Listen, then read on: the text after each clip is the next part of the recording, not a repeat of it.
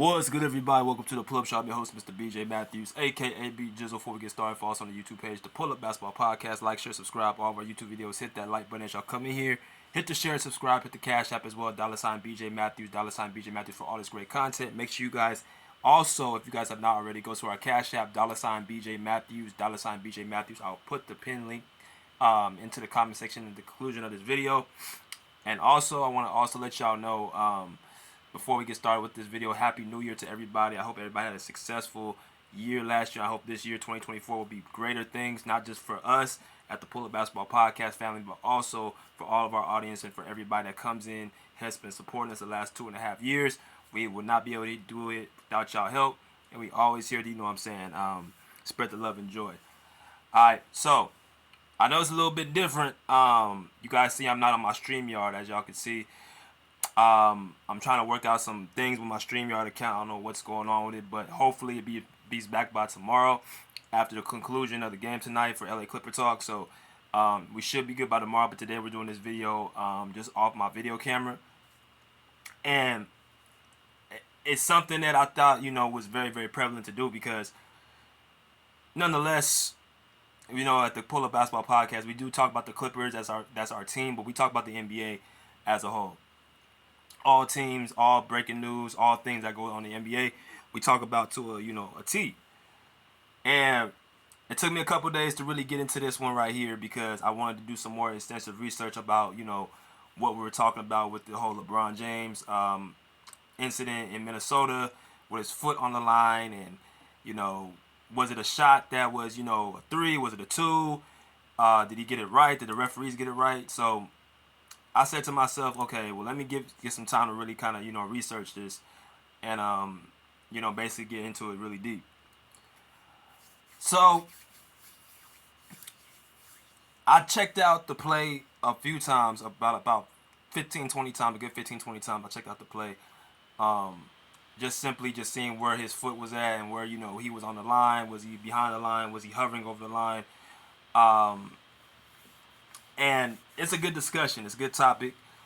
And I think that it's a topic worth, you know, more into talking about. And I think that, you know, when you talk about LeBron James and the Lakers, just off the fact that, you know, when it comes to the Lakers or LeBron, you have a group of fan base who's going to continuously, you know, defend LeBron James no matter what the situation is. And, of course, they came out the woodworks on Saturday night and spoke about how, you know, he got cheated on his birthday and, you know, it's the NBA. They're against the Lakers. You hear all these content creators speaking about how, you know, the Lakers, everybody's always out to get us, and that, you know, teams that, you know, the NBA doesn't want us to win and all this stuff. Like, how could y'all take away this point from his birthday, blase, blase? And the first thing that came to mind was that we've been seeing this a lot going on in the NBA the last couple of seasons. That there's obvious calls that are not being made, and it's costing the game for a specific team. Right. Now, walking back to what happened Saturday night with the Lakers and LeBron James shooting the shot, it was a 3-point game. Minnesota was up, you know, the closing minutes of the fourth quarter. They get a steal, fast break. LeBron James, you know, dribbles the ball up into the, you know, 3-point line, pulls up and shoots, makes the shot, but the referee, I think his name was Tony Brothers, ruled it as a 2-point shot. So, of course, LeBron James, Anthony Davis, Darvin Ham, you know, and the crew was considered a 2 or 3. Now, I've been back and forth with this opinion, and I'm going to be very honest about what I think about the situation as a whole. And I'm looking at my computer right now. You're going to see me looking at my computer a few times just to, you know, kind of, you know, break down what I think and my thoughts. And the referees got this call wrong when they ruled it as a 2-point shot. It should have been ruled as a 3. I'm looking at the video right now, and the rules clearly say if you're behind the 3-point line and be playing basketball, you know, a number of years, high school, college, semi-pro, professional, I've been approved to this a few times. When your foot is behind the line, the 3-point line is considered a 3-point shot. So you have to look the distance between LeBron's foot from the 3-point line. If you guys look very closely, And I know sometimes, people may think, well, it's a tough call. If you really look closely, you're going to see a gap between LeBron's foot and the three-point line. And it's about right here. You guys can see there's a gap. There's a white line showing that his foot's behind the three-point line. So in that, LeBron James was correct. Because at first, initially, I thought that his foot was hovering over the three-point line. So I'm like, okay, well, the referees got it right. Because if your foot is hovering, let's say that this is the three-point line, and LeBron's foot is hovering over it, but it's, over three, but he's not touching, but it's, if it's hovering over it, it's still considered a two. But if you're behind it, it's considered a three-point shot. I hope y'all follow me what I'm saying. So LeBron was correct when he said it was a three-point shot. That's the first thing. The second thing is the replaying. If you're gonna not allow the replaying to be enforced, there's really no reason to have it. There's really no point in having the replay be enforced. Excuse me, turn this light on real quick. There's no point of having it unless it's going to be enforced, where the call can be changed. There's no point of having a replay if you're not going to be able to enforce the call. So I think I've been talking about this a lot, that the replaying system needs to change in the NBA. Whoever the person is who's in charge of it in New Jersey about the replay and all that stuff, it's becoming more of a default process where they do it.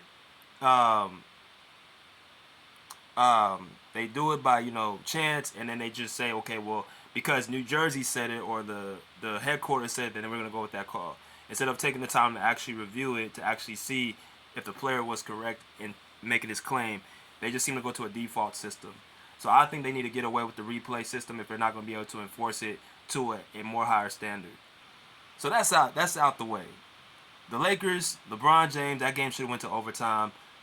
It was a game on his birthday. It could have been like a spectacular, display. So that's that. We gotta get that point across. But I have to say this in response. I don't care, because as much as that was a call that should have went the Lakers' way, this is what I was talking about earlier, just a few weeks ago, that there's starting to become more and more things being exposed with the LeBron James and Laker fan base. Meaning, if something is done wrongly against LeBron James or Laker fan base, that you have everybody in an uproar over there. But in response, like the Phoenix Suns just a few weeks ago on the first playing game of the tournament, you saw the play with Austin Reeves and Devin Booker and Kevin Durant, where Kevin Durant and Devin Booker both guarded Austin Reeves, trapped him in the pivotal point of the game, and got the steal. But then the referees saw LeBron James call a timeout from a distance when the ball was already poked out clearly, and they gave the Lakers a safety net to be able to, get out that play. When clearly the play should have been a play-on-play. That's taking the game out the player's hands and putting it in the referee's hands. And you have people saying that was a costly call, who weren't Laker fans, who weren't LeBron fans. But the Laker and LeBron fans who knew that was a call that should have not been their way had no problem saying that, well, the Phoenix Suns should have finished the game early in the game. They had many opportunities. They would have probably had a opportunity to, win the game. Who is not sure, it's not definite. So if you're going to go with that notion, you got to be able to take it on the other side, that you guys should have finished the game early on as well. There's 48 minutes in the game, and you guys didn't finish it when y'all was supposed to finish it. This is the second time y'all had Minnesota in Minnesota the last couple weeks, and y'all didn't get the win. So no one wants to hear about you guys. You got cheated out or his birthday. Nobody wants to hear that. And it's funny, ironic that it happened so quickly, a turnaround, that you guys got the same treatment that you guys gave to the Phoenix Suns. Right? So you got to be careful of what you asked for in karma. And also that the play-in tournament to me was just a cover-up for the Lakers about to have a very, very unsuccessful season. They're already looking to, point the blame at Darvin Ham and his teammates, LeBron's teammates. This is what they do every single year. LeBron needs more help. Even though I'm looking at the numbers right now, you got 5 guys in double figures. LeBron James is averaging 25.4 points per game. Anthony Davis is averaging 25 points per game. Austin Reeves averaging 15. D'Angelo Russell averaging 14. Rui Hachimura averaging 11.6. Taurean Prince averaging 10.1. That's 6 guys in double figures. You guys have enough scoring help, and you got one of the best defenses in the NBA. You got Cam Reddish. You got Anthony Davis, who is one of the top 5 defensive players in the NBA, giving you guys extra effort. And then you got LeBron James still playing at a good high level. Yes, he's 39 years old, but he's still playing at a high level. They got enough pieces on this team to be better than what they are, and they just want to play in tournament. I said this in my last video, one of my videos talking about the Lakers. I don't want to hear about LeBron James don't have any help when they start losing these games, and I knew it was going to come the day that they're going to say that LeBron James needs more help, because it's the same thing they do every single year with him. When he's not, if he's not winning, or if he's not, closing games out, it's that he needs more help. He needs more assistance. He needs more this, that, and the other. That's just been a notion with LeBron James throughout the years. Right? So, yeah, they should have won. They should have went to overtime, but I don't really feel any sympathy for the Lakers or LeBron, because you guys had to benefit the other game against the Phoenix Suns. There's been plenty of bad calls throughout the NBA, through NBA history, and there will continue to be bad calls. But my point is that the replay system should be done away with if you can't actually combat obvious calls that cost a person the game or cost a team a game. And I'm going to say something else I didn't like. I didn't like the fact that LeBron James once again walked off the court last night against the New Orleans Pelicans. They got destroyed against the Pelicans in a back-to-back effort. LeBron James had a great game. He presumes to walk out the game before there's time left. This is like the 4th, 5th time I've seen LeBron James do this throughout his career. I saw him do it against the Phoenix Suns. I've seen him do it against the Miami Heat in the 2020 NBA Finals. In the bubble, they were up 2-0. LeBron James walks off the court. They try to cover up and say that he thought the game was over. He walks off the court. He walks off the court against the Phoenix Suns in 2021 when they got beat in 6 games in the first round. He walks off the court last night. You know what I'm saying? There's many instances he just walks off the court before the game's even over. And now that I think about it, I don't really recall anybody else doing that, walking off the court when there's time on the clock left. I can see people walking off the court not shaking hands. I've seen that, and LeBron's done that many a times. But when you walk off the court when there's time left on the game, that we don't really see that with superstars. I don't really see that. Somebody can correct me if I'm wrong, but I don't really see that modern day era about just players just walking out consistently. So it's a time where LeBron James is about to self-destruct, and the Lakers are going to have a very, very we're only 30-some games. We're only like 31 games in, and you seeing this stuff right now. Expect something to happen at the trade deadline. They're going to try to, force the Lakers' hand yet again. Now that I'm hearing, rumblings of Zach LaVine. I'm hearing rumblings of, DeJounte Murray. I'm hearing rumblings of, other certain players in the NBA to help LeBron James. And when I'm looking at this roster, I'm saying that you got enough guys around you to get the job done. You were just in the Western Conference Finals last year. What more help? This is the thing that I have an issue with. What other player gets this amount of assistance even when they actually have success? They just went to the conference finals last year, and they asking for more reinforcements. Whether it's him or his fan base or it's whatever. They're always like, we need more. It's never enough. So I'm looking at this like, they gotta find a way to, be better. I mean, it's really part of the process. A lot of stuff when it comes to the season is just about the process. You're gonna have ups and downs. You're gonna have hiccups. Like look at us. We had a 5-game losing streak. We turned around to an 8-game winning streak. We're 11-2 throughout the month of December last month. I mean, it's just part of basketball. You're gonna have, or we're 9-2, 9-game winning streak. We're 11-2 in the month of December. Like sometimes you just gotta roll with the punches. You won the in-season tournament last month.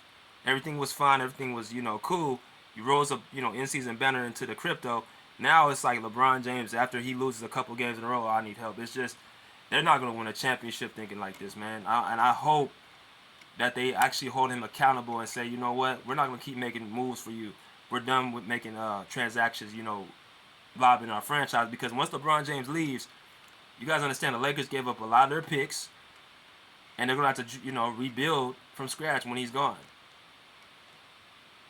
So if you're gonna make these moves, you better make sure it's for a championship. And I just don't understand what is just the fact that you can just up and just do all this and have all this outrage, and then say you got the best team, you got all these acquisitions, you got Christian Wood this year, you had Torian Prince out the trade deadline.